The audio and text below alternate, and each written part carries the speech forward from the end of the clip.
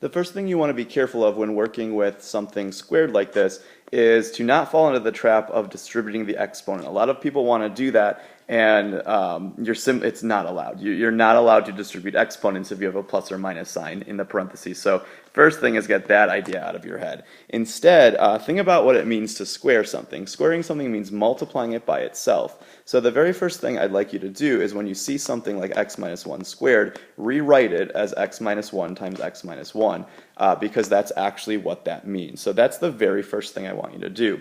After that, let's go ahead and focus on just this part of the problem. Let's do the x minus 1 times x minus 1 part. Now, if you know FOIL, that shortcut, first outside, inside, last, you can go ahead and use it. I actually don't like using FOIL. Instead, what I'm going to do to multiply this out is I'm going to use the box method.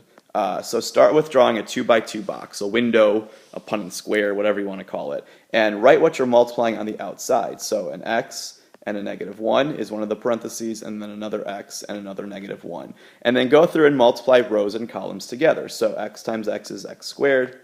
A negative 1x right there, another negative 1x right there, and then negative 1 times negative 1 is positive 1.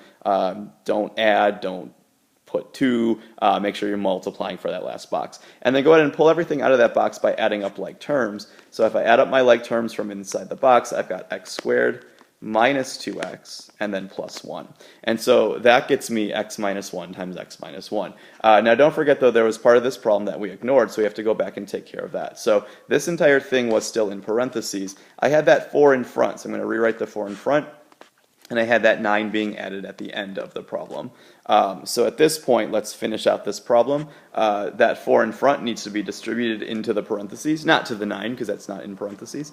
So I've got 4x squared minus 8x, and then plus 4, and then at the end I have a plus 9. So for my final step, let's just combine our last like terms right there. So I've got 4x squared minus 8x, and then plus 13, and I'll throw that y equals back in front. So there is going to be my same parabola rewritten in standard form.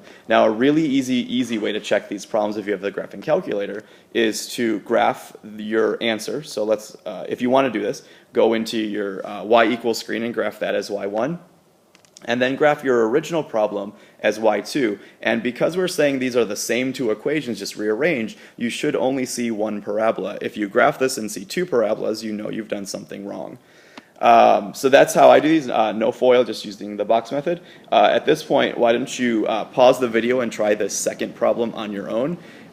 If you want to see it just work through, just let the video play through, but I'd recommend you pause it, and then my work will pop up real quick if you want to check your answer against my answer.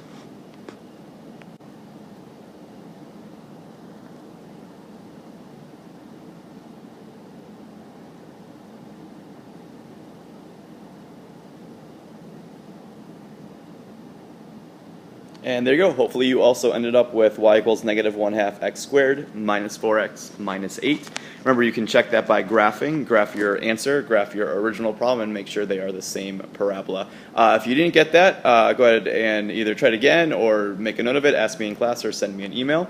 But let's go ahead and take a look at just one more example. This time it's technically in intercept form, but guess what? We're going to do the same exact thing that we did. So these ones I actually think are even easier than rearranging from vertex form. So start with the two binomials that are being multiplied together, so the two parentheses.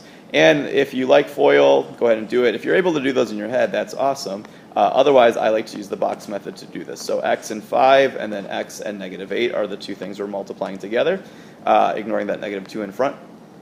So I've got x squared, 5x, negative 8x. I'm just multiplying rows and columns together, and then 5 times negative 8 is negative 40. So once I pull those numbers out and add up like terms, I've got x squared minus 3x, and then minus 40. Don't forget though that that is not your answer because we ignored that negative 2 in front. So keep this entire thing still in parentheses and multiply by negative 2, which is just going to mean distributing that negative 2 into the parentheses. So I end up with negative 2x squared plus 6x, and then plus 80. So again, there's from intercept form into standard form. I could check it by graphing as we've talked about. And for this very last problem, it's again in intercept form, but I don't even need the box method for this one. All I need to do is just, well, distribute your 3x into the parentheses. So 3x times x is 3x squared, and then 3x times 1 is positive 3x. So that's all I need to do. Kind of anticlimactic. Aren't you sad when the last math problem is the easiest one? Because you all expect it to be the hardest one, right?